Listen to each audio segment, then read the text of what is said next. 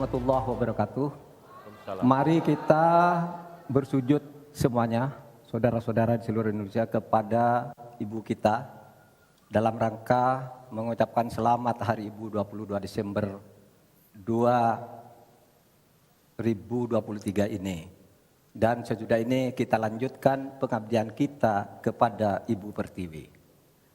Ada yang bertanya kepada kami, mungkin tidak Anda mentargetkan mendapat pertumbuhan ekonomi 7% di dalam 1 tahun. Karena di dalam sejarah reformasi tidak pernah sampai tumbuh sebanyak 7%. Dulu hanya itu dicapai pada tahun 89 sampai 91 di era Orde Baru.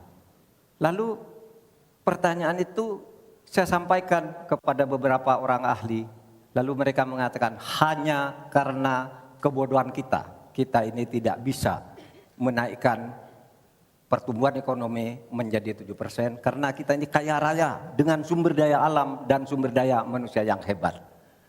Masalahnya apa? Masalahnya banyak korupsi dan inefisiensi di sektor-sektor pertumbuhan ekonomi, yaitu di sektor konsumsi, belanja pemerintah, ekspor impor dan investasi. Jadi dengan demikian karena banyak korupsi dan itu memang betul terjadi. Coba lihat berdasar hasil SIGI, Transparansi Internasional. Korupsi terjadi di lembaga legislatif, eksekutif dan yudikatif secara besar-besaran. Korupsi juga terjadi di 3 metra alam kita ini. Kita menginjak bumi, ada korupsi di tanah dan pertambangan. Kita ke laut, ada korupsi di masalah kelautan. Kita melihat udara, pesawat terbang kita, ternyata di udara juga banyak korupsi. Akibatnya apa? Rakyat miskin.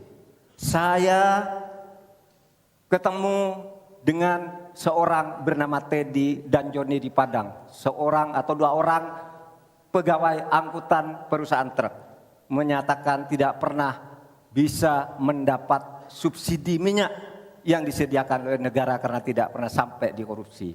Saya juga ketemu dengan seorang Sri Wulan, anak kecil di Parongpong, Bandung Barat. Dia mengajak saya main layang-layang, katanya, "Bapak, saya ingin terbang seperti layang-layang meraih cita, tapi saya tidak dapat." Kemudian saya ingat pulau saya Madura. Di Madura itu kaya dengan gas alam, tetapi sampai sekarang tidak pernah dioptimalkan untuk dimanfaatkan. Maka kuncinya adalah bagaimana kita memberantas korupsi. Lalu ada yang tanya kepada saya, "Bapak, kalau Bapak jadi wakil presiden orang takut ditangkap." Saya panggil para ekonom dan para pelaku usaha, "Apa betul Anda takut kepada saya kalau saya wapres?" "Tidak, Bapak. Justru kami perlu seorang penegak hukum seperti Bapak. Karena apa? Kami kalau mau investasi di Indonesia ini diperas. Mau berusaha ini diperas. Kalau kami bayar padahal diperas, lalu ketahuan kami ditangkap katanya kami menyuap." Itulah Indonesia ini pada saat ini. Oleh sebab itu, saudara sekalian, kita harus lawan korupsi. Menimbang istilah anak muda, "Hai koruptor, kutabrak kau. Hai wir, mundur kau wir. Nah korupsi, setabrak." Saudara sekalian, ini semua dalam rangka agar terjadi pemerataan seperti ketentuan pasal 3 Undang-Undang Dasar. Di Al-Quran disebut kaila yakuna dolatan bainal yang. Jangan biarkan kekayaan itu hanya beredar di antara orang kaya. Waktu Bapak selesai. habis.